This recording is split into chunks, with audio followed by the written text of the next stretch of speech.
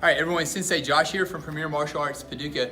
I've been promising a short video on all the different things that your competition kids need to be practicing. So we're gonna go over it and detail it all here today for you. If you have questions, please comment in the comment section and let me know.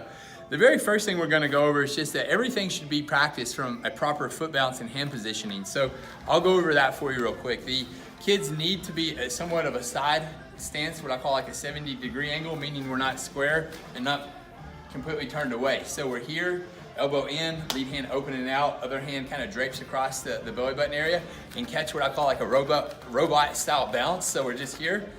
There's different variations of that, but if they can just master at least the basic being on the balls of their feet, proper hand position, that'll be really good. The next thing is hand position number 1, which is going to be the blitzing back fist. And this is so important because the kids need to be practicing distance management and being able to get in to their opponent. So if I get Sensei Dylan here to jump switch your stance here, and we're going to go right here, and we're going to imagine that that's the opponent's head. And we're going to be, once again, in our side fighting stance like I covered, we're going to jump off the front foot towards our opponent, and we're going to smash right there, okay? And so it has to be done really quickly. And we're going to hit right upside the cheek or the head area on that. The second thing we're going to do is called a hand position 2, which is like a body punch with a high block. And I know I just told Sensei Dylan to jump switch his stance a minute ago, but I was incorrect on that. So he'll go back here. We're going to hit right there at the stomach area. I'm going to step in, and I'm going to hit a high block body punch at the exact same time. So it's here. So just drill that and get comfortable popping in there and catching your point that way. That high block is important because if someone's trying to hit at the same time, that high block creates a little bit of a guard there for the head and the face. Hand position 3 is going to be a check block or a kick block. So if your opponent was popping a side kick at you, we're here and we're guarded up. Now how that's going to work is the lead hand needs to have the elbow turned out, the hard part of your forearm. Other hand comes up underneath it like this, and you're using your body mass or your backup mass to create a wall so that when your opponent kicks, boom, we're here, we can step into it. Now, there's a combo called the 3-2, which is hand position 3, hand position 2, used in conjunction with each other. So he throws the kick, I block, and then I step in and catch my point. That's the whole purpose of shortening down that distance.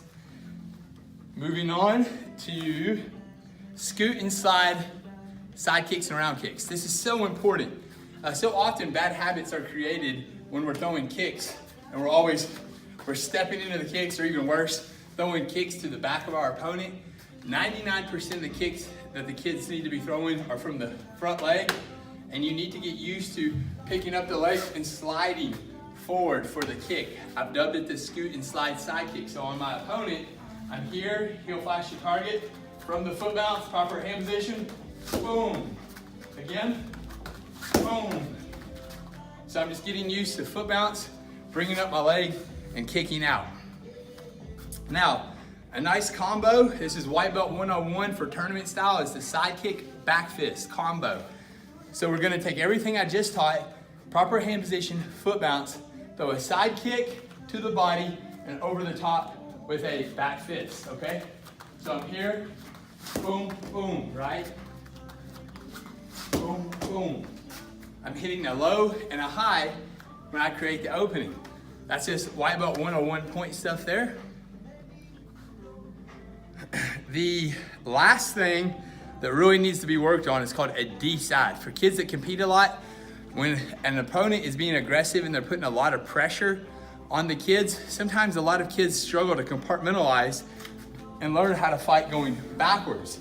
So they just get overwhelmed when someone's coming. They forget, hey, I can score when the person's putting pressure on me. So I'm gonna have Sensei Dylan run at me at a medium pace, and I'm gonna demonstrate very slowly what this looks like. Okay, we're gonna step back, create space, and then kick. So it's almost just like going forward, except for in this scenario, I'm stepping back, creating space, and I kick while going backwards. In a tournament, it's worth 2 points. It's called the D side. So obviously, going real slow is a good way to start, but you'd want to speed that up a little bit. Boom, right?